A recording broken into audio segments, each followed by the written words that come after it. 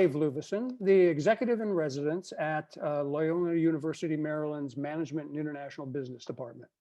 It's my privilege to join you in this interview today with Molly Vannucci at IBM.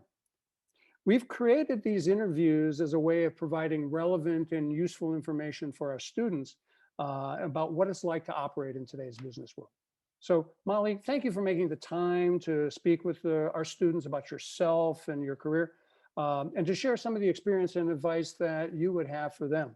To start us off, would you take a minute and just introduce yourself, tell us where you work and a little bit about your role? Sure. Thanks, Dave, and thanks for having me. So again, my name is Molly Vannucci. I am Loyola class of 2005, representing here with the shirt. I am a partner at IBM in our consulting business. I'm really focused on business strategy. I work at the intersection of strategy, creative, and technology. And I'm also the chief of staff to IBM's global consulting leader. So global is definitely a part of my everyday job. My goodness, that's a lot of responsibility. Where do you find time for life? It's hard sometimes, but I really enjoy what I do, and that makes all the difference. Wonderful, good. Thanks for that introduction, Molly. One of the things that this pandemic has brought home to our students, and I think it's affected all students, but particularly those that are, focusing on international business, is that it's taken away some of the opportunities they would have had to experience international life and also international business. The study abroad program, has been put on hold for a lot of legitimate reasons about lack of travel and ability. But I think that's taken away from students the opportunity to kind of feel like they're experiencing life in a different country, and in some cases, what businesses are like there. So maybe if you could start out and talk a little bit about your experiences on the international side, kind of what you've done, what you've been involved with. Maybe we can see how we can share some of those experiences and maybe help make it a little more real for our students. So tell us a little bit about your international background, please. Sure, yeah. So international has always been an important part of my career and the roles in which I've chosen. And I definitely got the international bug while I was at Loyola and doing some study abroad experiences there.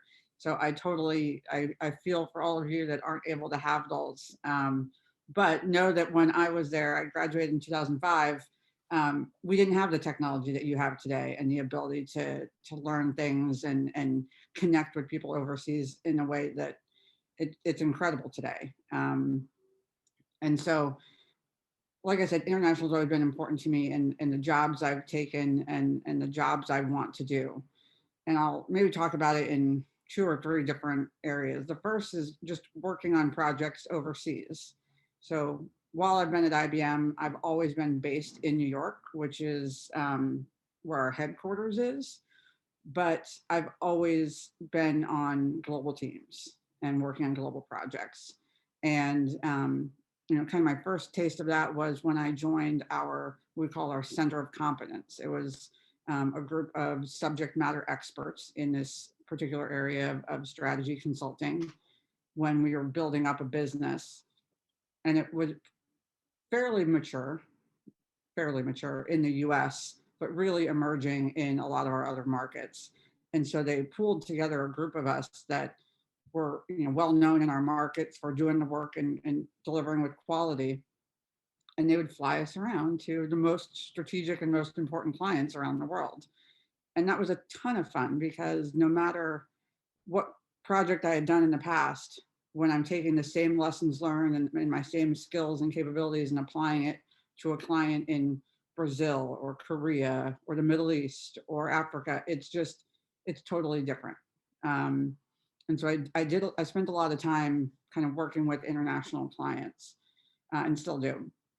And then the second part that I can talk about is really just being on a global team. So today in my role as chief of staff for the global leader of our consulting business, there's not a day that goes by that I'm not meeting with people outside the US. And my dad, I've spent some time with him during COVID, and almost every night he asks me, what countries did you talk to today?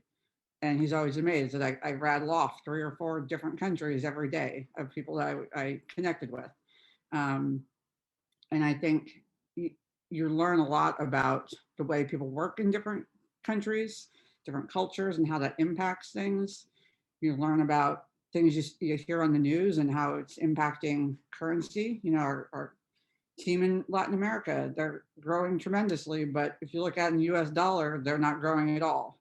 But that's not an accurate reflection of the business. So there's a ton of just really interesting dynamics when you're managing a team of people around the world and working with leaders of different businesses in different countries.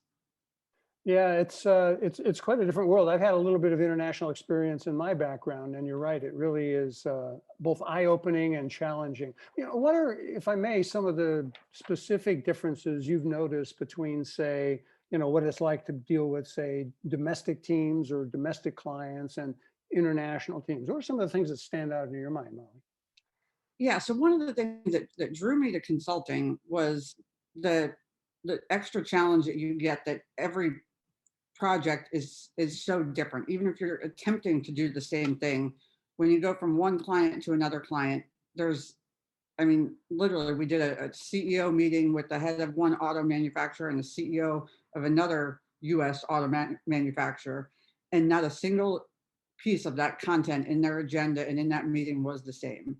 They had different strategic priorities. They were, had different structure of their businesses. Everything was different just with two US auto manufacturers.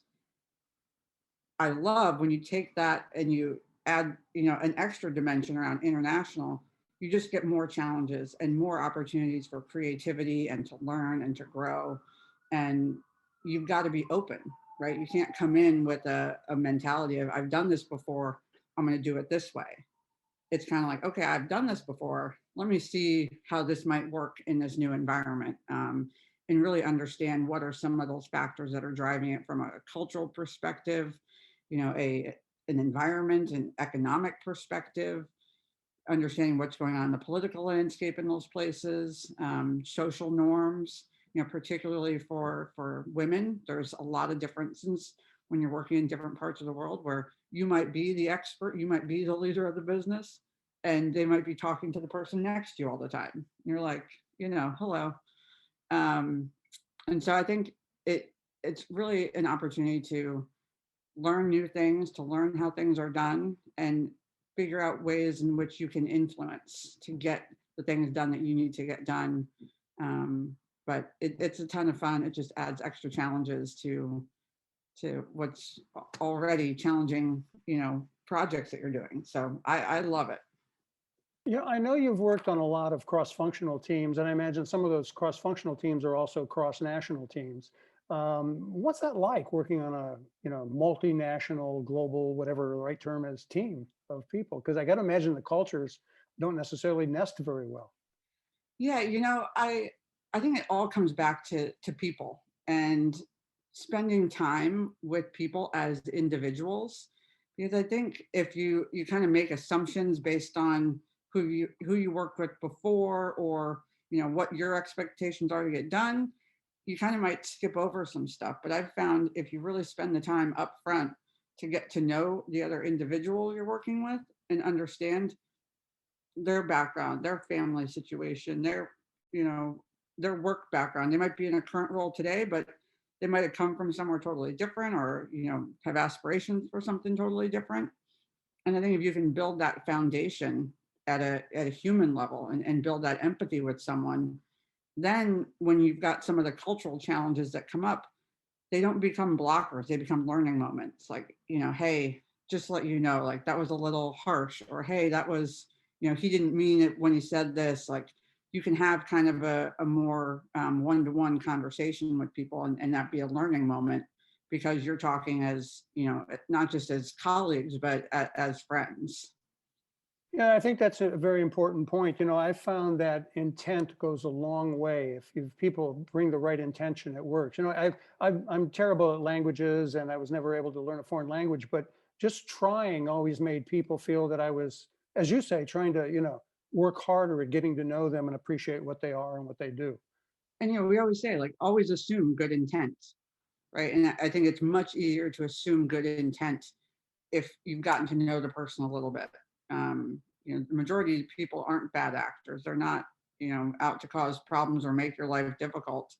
So I think just getting to know people on that human level really makes a big impact and allows you to learn a lot about, different cultures and people and teams. So thinking about learning, our students can't go abroad, and yet they want to do international business. So what kinds of things might you recommend they be doing now? I've often told my students the worst thing they can do is nothing, because it suggests that they're inert and they're really not responding as they could in this situation. But what are the things you would recommend they do to kind of prep themselves while they can't go abroad? Yeah. So the first thing I'd recommend is save your money. you know, I'm sure you all had dreams of, living in an apartment right now and with friends and, going out every night to dinner and bars and whatnot, which is not happening now. So stay off of Amazon, stay off of shopping and save your money so that when this is all over, you can go on an incredible trip with your friends and do some exploring. Um, but I'd also say, like, there's a lot of exploring to do locally. I think really when we talk about international business or, studying abroad, it's really just a curiosity and having a curiosity for different people, different cultures, different ways of doing things. And I think kind of, you know, testing out that curiosity locally is just as important. And so I'd encourage you to kind of get out and explore and be curious in the world around you right now. And then, Dave, you asked myself and other advisory board members to do a conversation like this, and I would, tap into the alumni network, to the advisory board, like if there's a particular field of study or a country or a place or field that interests you, reach out. I've got a big global network, and I'm happy to introduce you to people in other parts of the world to do informational interviews so you can learn more. And I know other board members and alumni would do the same. So if you can be specific about your ask with, what interests you or where or, industries, things like that, then I'm sure you've got a lot of people that would be willing to help set you up with people around the world to have a conversation. And so lucky that we've got the technology to be able to do that. Great. That's great, Molly. It gives me hope to know that the pandemic can't stop us from learning, right? Absolutely not. Good. Right. Well, thank you very much. I really enjoyed our conversation. Thank Thank you. you.